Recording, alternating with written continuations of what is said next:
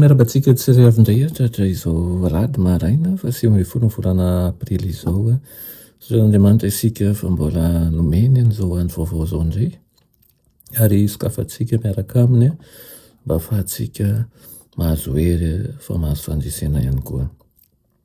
Landirantsika ny amin'ny mofon'aina an'io dia vavaksika.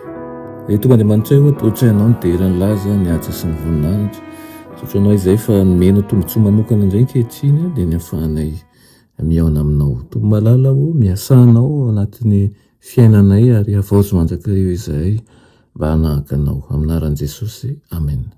Lohateny mofon'aina antsika androany dia manao hoe inoy ny tenin'Andriamanitra, nalaina amin'ny Isaia 3:7 sy ny 4:20 manao hoe zao dia zao no mamono ny fahadisoanao noho ny amin'ny tenako ary tsy ho tsarovako ny fahotanao.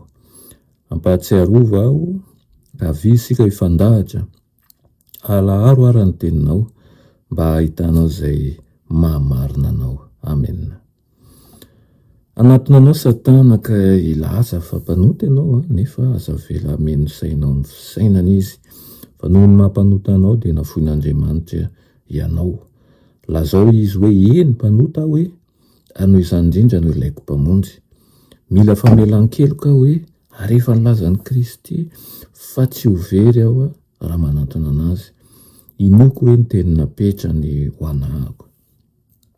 Amin'ny fotoana andraisanao ny teny fikasan'Andriamanitra ampinoana ka ilazanao hoe za dia ondro very ary tonga mba hamonjy anah Jesosy, zany no azahoanao fiainam-baovao ka azo hery hoety manohitra n'ilay mpakafanahy ianao. Tsy amin'ny alalan'ny fihetseham-po nefa no azahoana ny finoana ifikirana amin'ny teny fikasana. Fa io ny Romanina manao hoe ny finoana hozy izy dia avy amin'ny toriteny ary ny toriteny kosa dia avy amin'ny tenin'i Kristy. Tsy natao hiandry fiovana lehibe iseo ianao na hiandrandra fahatsapana fihetseham-po miavaka. Inoy ny tenin'Andriamanitra ka lazao hoe tia ahy izy, natolono ahy ny ainy ary hamonjy ahy izy. Jesosy no jereo fa aza ny tenanao. Raiso mpamonjinao izy, aza mitaraina noho ny fahalemenao. Raha mijery an'i Jesosy ilay tompo sy mpanefa ny finoanao ianao dia ho feno fanantenana sy ahitany famonjen'i Jehovah. Rehefa alaim-pana hitoloko ianao dia tereo ny molotra ao hanonona fideranan'i Jehovah manao hoe mifalia mandrakarivo amin'ny tompo. Moa ve tsy mendrika an'io deraina izy? Laza aminao ny tompo an'io manao hoe azakivy fa apetrao aminy ny heta mavesatra ao. Tsy hainao ny mitondra ny fahotanao fa hoy izy manao hoe izao ny tondra azy rehetra raha matoka ianao dia tsy horon-javatsoa na inona na inona.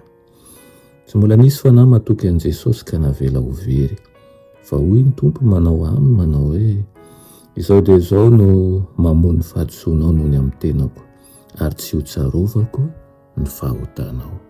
Amen. Ry tompo malala ho tianay izany ho tanteraka amin'ny fiainanay tokoa. Diovy izay ho afa-keloka sasa ho afa-pahotana ary aoka havaozo mandrakariva ny fotom-pisainanay ahafahany miankina aminao amin'ny zavatra rehetra satria efa anao izay. Aminaran'i Jesosy. Amen.